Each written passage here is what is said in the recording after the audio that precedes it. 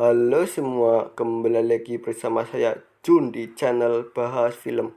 Apa kabar kalian semua? Semoga kalian semua sehat selalu.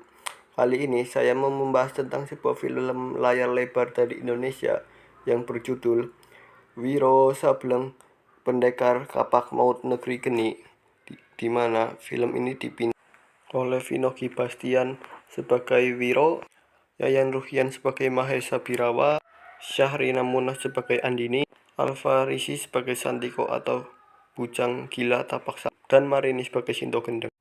Dan masih banyak aktor dan aktris lainnya. Dan menariknya, film ini bekerja sama dengan 20th Century Fox, yang mana berarti film ini seperti film Hollywood ya guys ya, seperti Angry Birds. Dan saya ingin memberitahu kepada kalian semua bahwa film ini mengandung spoiler. Jadi yang belum nonton film ini lebih baik nonton dahulu versi originalnya ya guys ya. Oke, jika kalian sudah, langsung saja ke videonya, let's go.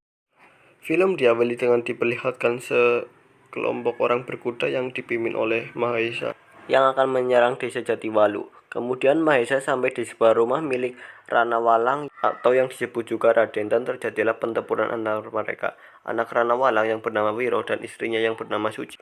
Namun saat Rana Walang kalah, Suci memutuskan untuk keluar rumah dan membantunya.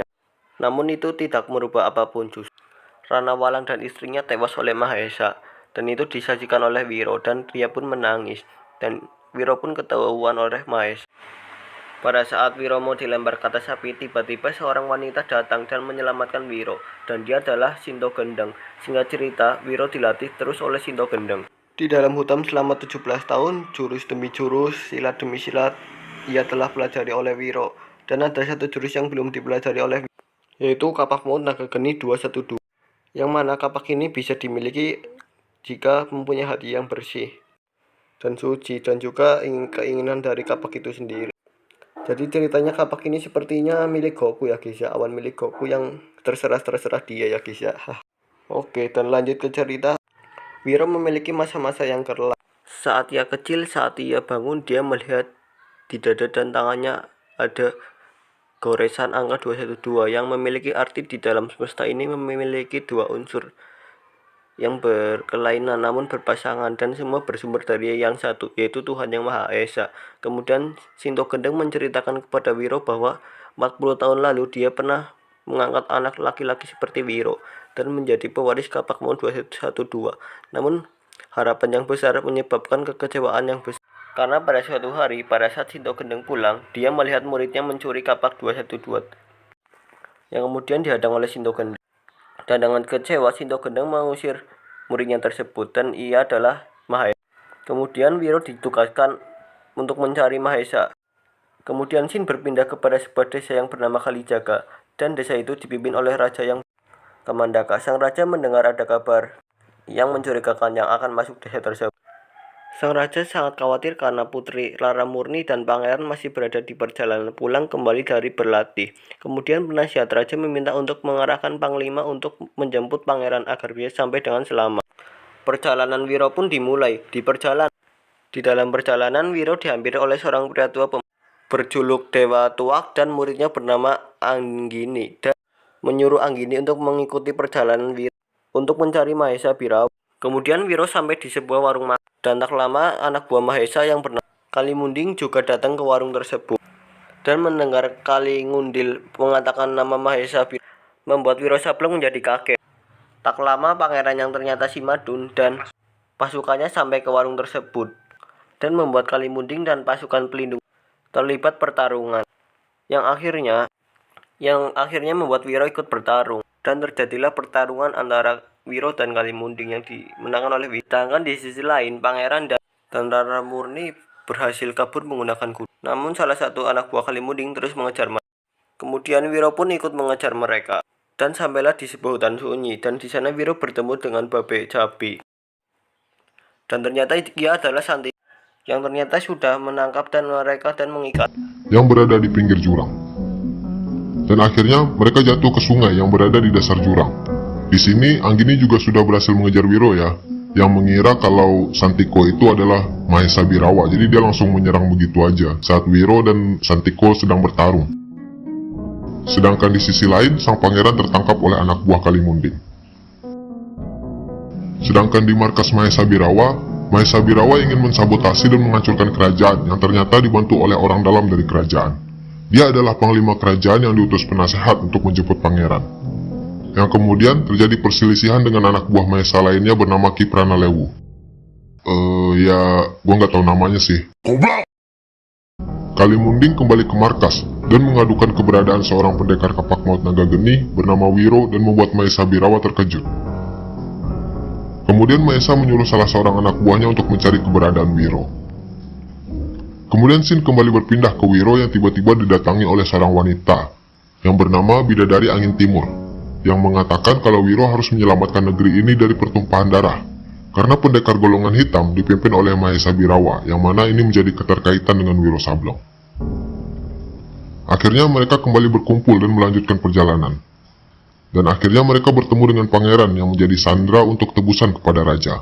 Namun saat ingin membebaskan sang pangeran, mereka dihadang oleh anak buah Mahesa yang bisa menghipnotis mereka dengan racun. Kemudian Wiro disadarkan Anggini dan meniup kapak maut sehingga sang musuh menjadi ketahuan. Di sini efek pertarungannya keren banget sih. Gua mikir ini udah kualitas Hollywood banget sih. Kemudian Wiro dan teman-temannya berhasil mengalahkan anak buah Mahesa dan berhasil menyelamatkan pangeran.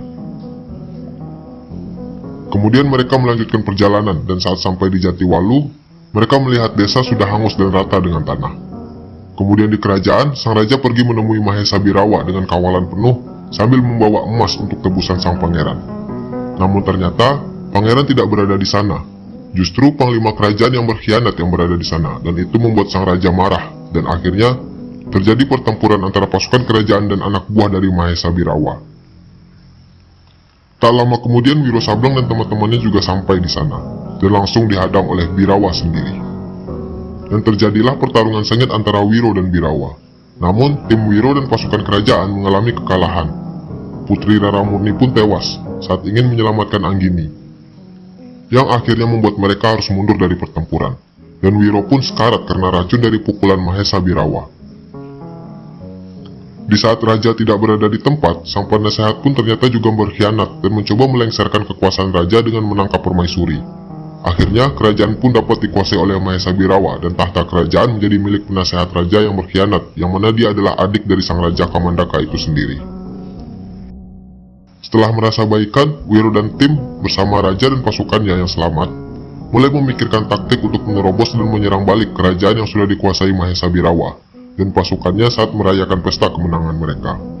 Anggini berperan sebagai orang yang menaklukkan para pasukan yang berjaga di gerbang, sedangkan Wiro dan Santiko menyamar menjadi penari topeng yang akan menghibur sang raja, dan pasukan yang lain menghabisi sisanya agar mereka bisa menuju ke singgasana. Namun Wiro dan Santiko akhirnya ketahuan, yang akhirnya mereka harus kabur dari pasukan Mahesa Birawa yang jumlahnya lebih banyak. Dan akhirnya satu persatu prajurit Mahesa dapat dikalahkan Wiro Sableng dan berhasil menyelamatkan permaisuri. Kemudian mereka langsung mencari Mahesa dan yang lain ke singgasana. Dan mereka satu persatu menemukan musuh yang seimbang. Santiko bertarung melawan prajurit cambuk api. Dewa Tuak yang kebetulan datang juga bertarung melawan anak buah Mahesa yang lain. Anggini melawan Ki Pranalewu yang akhirnya dapat dikalahkan semua. Dan mereka berhasil masuk ke singgasana. Raja Kamandaka langsung mengejar adiknya Borkowali.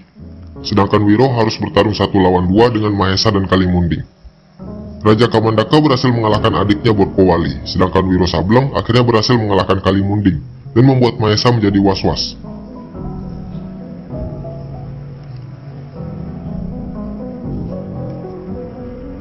Dan akhirnya pertarungan sengit antara Wiro dan Mahesa Birawa terjadi. Pada awalnya, berkali-kali Wiro dengan mudah dapat dikalahkan Mahesa. Namun saat Mahesa ingin mengakhiri pertarungan dengan pukulan mautnya, kapak naga geni menyelamatkan Wiro. Kemudian Wiro menggunakan jurus seruling sakti dari kapak untuk mengalahkan Mahesa. Coba kita dengar dulu seperti apa sih.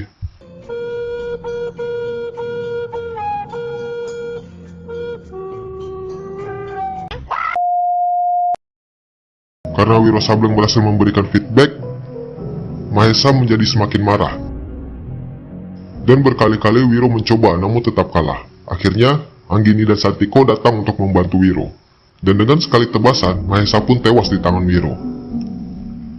Dan akhirnya, Wiro, Anggini, dan Santiko melanjutkan perjalanan mereka, dan di tengah jalan mereka pun berpisah untuk melanjutkan misi mereka masing-masing. Dan film pun selesai. Oke, itulah rangkuman alur cerita film Wiro Sableng yang tayang di tahun 2018 lalu. Bagaimana menurut kalian? Kalau menurut gua, film-film Indonesia udah bisa diakui dunia kalau dilihat dari segi cerita, visual, dan efek nih. Oh ya, di akhir film ada sedikit kredit yang menceritakan kalau Mahesa Birawa ternyata masih hidup dan menyuruh muridnya untuk menguasai kitab wasiat iblis. Dan apakah Wiro Sableng akan mendapatkan sequel?